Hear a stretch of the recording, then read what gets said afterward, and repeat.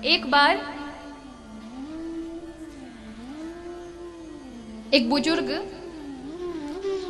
घर में लड़ाई हो गई, बहू बेटे लड़ने लगे। अब पत्नी नहीं थी उनकी, उम्र हो गई थी 70-75 वर्ष। तो एक दिन देवी जी इतनी चढ़ाई महाराज महाकाली उन पर, अब अपने पति पर नाराज हुई। बहुत दिन हो गए देखते देखते मुझ पर सेवा नहीं होती, एक काम करो, यहाँ बहुत अच्छा वृद्धाश्रम खुला है, 20-25 हजार जो रुपए जाएंगे जाएं, इनको वहां भेज दो, कम से कम अपने वृद्धों के साथ बैठकर बातचीत करेंगे, यहाँ हमें परेशान नहीं होना पड़ेगा। अब लड़के ने भी कहा ठीक है। वो कोई बहुत पुराने एक वृद्धाश्रम था शहर का, नामचीन, वहां गए। अच्छी अच्छी संस्था थी जहां अनाथ बच्चों का भी अच्छा खुला हुआ था, वृद्धों का भी था।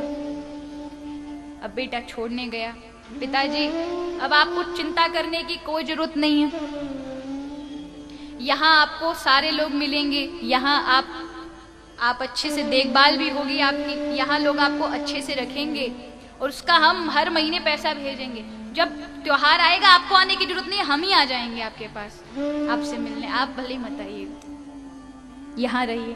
पिता ने भी कहा ठीक है, तुम्हारी इच्छा है तो तुम खुश रहो। पिता आ गया। अब जैसे वृद्धाश्रम में उस संस्था में प्रवेश किया तो वहां का जो मैनेजर था उस वृद्ध को देखकर बड़ा प्रसन्न हुआ, बातचीत होने लगी जैसे कि बहुत पुराने मिले जुले हैं। मैनेजर से कहा मैं रहने आया हूँ, मुझे कमरा चाहिए। तो मैनेजर उन्हें कमरा दिखाने के लिए इंगित करता है कि वो वाला कमरा आपके लिए अच्छा है, वो वाला देखो। तो लड़के को बड़ा आश्चर्य हुआ, मेरा पिता कभी इस वृद्धाश्रम में आया नहीं और ये मैनेजर तो ऐसे बात करे जैसे बहुत पुराना जानकार हो। आज लड़के ने जाकर पूछा, मैनेजर साहब आप मेरे पिता को जानते हैं? बोले इन्हें क्यों नहीं जानूंगा, यही पहले ऐसे इंसान थे, आज से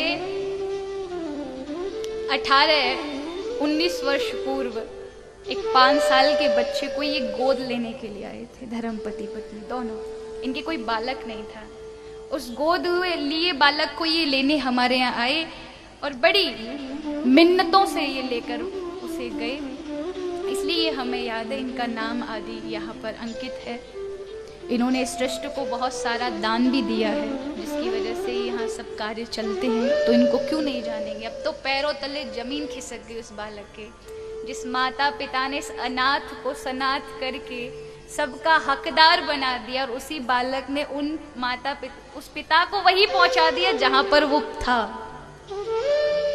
उसने तुरंत फोन किया अपनी पत्नी को, मेरे पिता कहीं नहीं रहेंगे, मेरे पिता मेरे घर में रहेंगे। लौट कर ले आया अपने पिता को। पर ये दयनीय स्थिति, अगर नहीं पता होता तो वहीं रहते हो।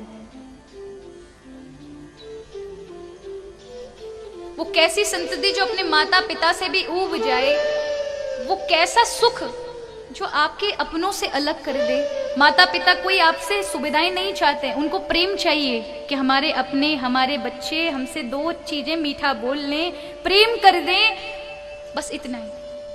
उन्हें ना आपकी सुख सुविधाएं चाहिए ना और कुछ चाहिए। लेकिन जो अपने वृद्धों की कदर नहीं करता, वो ना तो कभी सामाजिक हो सकता है, ना कभी भक्त हो सकता है, और ना वो कभी इंसान हो सकता है।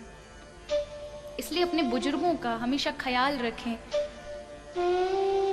केवल बोलने से नहीं होगा। कुछ लोग होते हैं, हम तो अपने माता पिता को ही भगवान मानते हैं, सत्संग मानते हैं, सब वही हैं। ऐसे बोलने वाले लोग सबसे ज्यादा निरादर करते हैं माता पिताओं का। केवल वाणी में नहीं रहना चाहिए, आपके कर्म में अपने आप अपने माता पिता की सेवा दिखनी चाहिए, वही सेवा है। और आज महाराज